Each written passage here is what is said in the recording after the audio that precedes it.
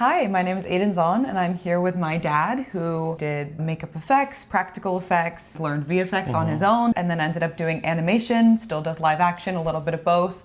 And so I thought it would be interesting to talk to him about his journey getting to where he is now, coming to LA with no resources, no connections, meeting people, being on sets. So you came to LA when you were, it was 19 years 19. old? Was that, yeah, and you had just graduated high school. Just graduated high school. So there was no internet or anything, so we found addresses of different studios and started calling them and mailing them. And it worked? Like not really. One person you finally met knew somebody who got you a number or a phone number. Yeah, I got a job interview. It went well, but I didn't get the job, but the person liked me. I thought, oh, I'm gonna help this kid out. Made another phone call to another studio.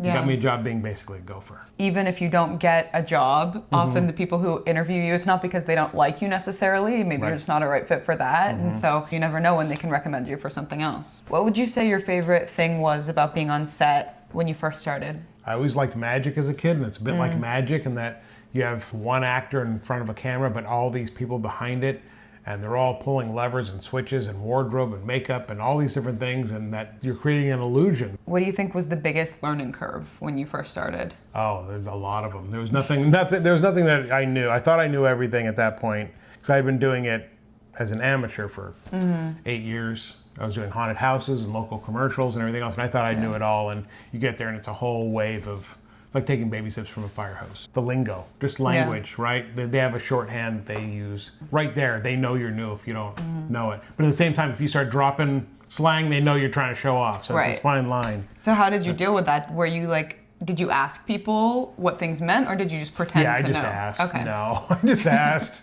That's good. But I don't know what that is. What are you talking about? Yeah. Right? And They're probably more willing to help out someone who is willing to be honest. What made you start learning VFX? I was a kid that was raised on Star Wars and Close Encounters and American Werewolf in London, and so I wanted to make movies like that. So every movie I wanted to make had either an alien in it or a creature in it or some kind of makeup in it, so I started teaching myself that. I was one of the first people to buy, in my circle, a computer. I'd saved up. I'd gone on set on another movie, and they give you what they call per diem, which is money every day to eat or to do whatever you need to do. So I didn't spend that as much as I could. And so when I came back, I had enough to buy a computer. And so I bought that, and I just bought every book I could and got a little bit of software that wasn't quite legit. I taught myself and put together a little portfolio. I was able to buy Photoshop, and I did some digital paintings in there. And this was all with a mouse, clicking one thing at a time.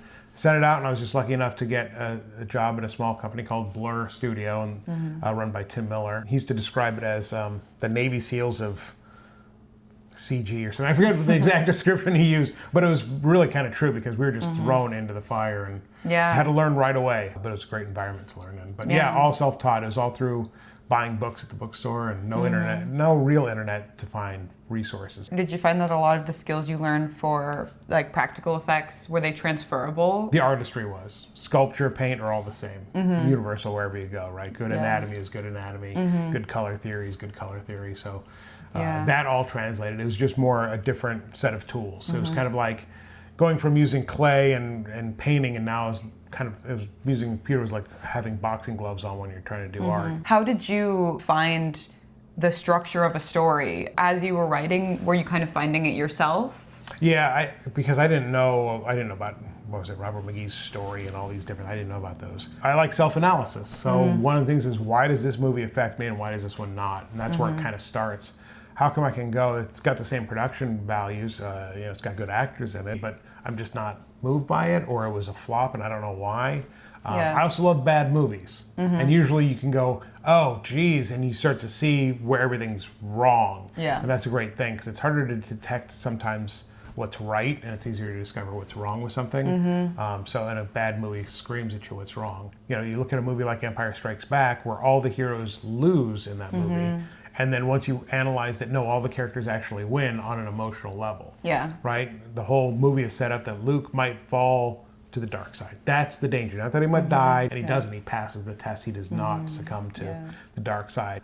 So life and death are often not big enough stakes. Those are not the real stakes. The real stakes is usually the loss of someone's soul, the loss of someone's, integrity or morality, or their their kind of connection to other people through relationships. What would you say has been the piece of advice you've been given, especially like when you first came out to LA, that has stuck with you the most? My first boss, he told me something which was, make your own talent. He didn't really explain what that meant to me, so I kind of analyzed it myself, but it was this basic idea of like, everybody starts out terrible, right? Unless you're some kind of Mozart who just happens to be lucky to have the right wiring. Most of us start out not particularly good. You have to be obsessed. You got to constantly focus on it. It's got to be your eating, breathing, everything. Research and repetition. Learn and learn and learn everything you can about whatever you're working on. If we're making a frog, or we're going to learn everything about that frog, and then doing the art or whatever you're particularly doing is over and over. So if you're making movies, make them over and over and over. If you're a sculptor, painter, whatever, it doesn't even have to be film. Everyone thinks I'm going to wait and I'm going to make the perfect film, and I'm going to wait till I got all my ducks in a row to make this thing. And really, you're going to make all your mistakes on that big one, and it's going to turn out terrible. If you have a volume of material to look at, you can then be more objective and look at it and say, oh, that one wasn't really good, but this one did really kind of shine. But if you have one baby, you'll never be able to see it for what it really is. On Abandoned Creatures, which is a feature that we made when I was a senior in high school. It was just a small crew of like 4 of us. Hi guys. Hi. Buongiorno. Going to film the movie again. Yeah. Deep into the woods. We used all natural lighting for the most part. You don't need like $10,000 equipment necessarily. Not at all. Learn and explore and try new things and be willing to experiment. One of the biggest things I believe in is iterations on stuff. Never go, oh, there it is, I love it, and then just leave it. Yeah. No, now I'm gonna go break it. I'm gonna break it 50 different ways, and either I'm gonna be proven right, my first one's the greatest one ever, or I might discover version 3 is better. And when you can line them up and be objective about it, you're never losing your baby, you're just picking the best version of your baby. So now you've been at Pixar for a long time, and you've worked on many films, and you've art directed a couple films, including Inside Out 2.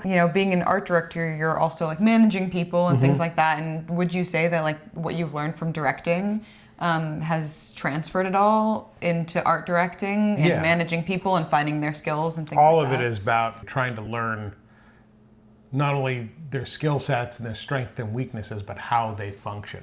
Everybody functions a little differently. Some people are more receptive to direct communication, some are more receptive to imagery, some are, it's really learning your people. Some people are very vocal about their opinions, some people are scared to share their opinions, and so you have to try and get it out of them. Did you find that on Abandoned Creatures as well? Especially having a lot of non-actors. The moment you start giving somebody direction, they assume I'm doing it wrong. We have a whole palette of colors to pick from, and I like blue and you're delivering green. It's not that it's wrong, it's just that it's a choice. It's an opinion of what I think this movie needs versus what's right and wrong. There's always a saying of, it's not what you're communicating, it's how you're communicating it. That was something that John Badham talked about a lot, was like an actor or really any person on set will come up to you with a problem and you have to be able to look beneath that. What are you actually asking for? It might be a surface level problem, like they might be like, oh, I don't like these pants. But behind it, it's like, how do I actually figure out what this person needs? And then in response to that, figuring out how to communicate what you need as well. On our little film, a lot of it was because they didn't know how to find a performance. They weren't actors. So you realize quickly, like, okay, this is just something that wouldn't come out of their mouth from the dialogue standpoint. They're also not improvisers. So just trying to find a way of like solving the problem. They're being asked to say words that don't come naturally to them. And sometimes that little thing will throw them off.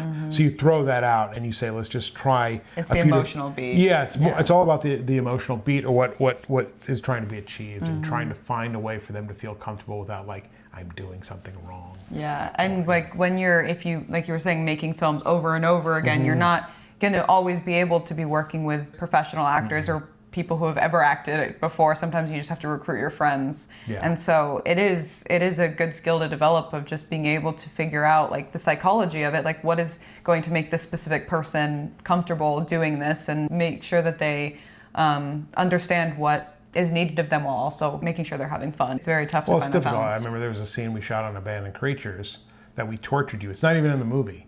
We tortured you and Zoe because we kept making you do this bridge scene over and over and over. And one of the problems was the focus was so tight on it that you would both be 3 lines in and we just couldn't get the focus, and we'd cut. and both your faces, the defeat on your faces every time because you thought you had it, you thought you had a rhythm. The funny thing about that is like I don't have any memory of that being a hard day or of that being frustrating.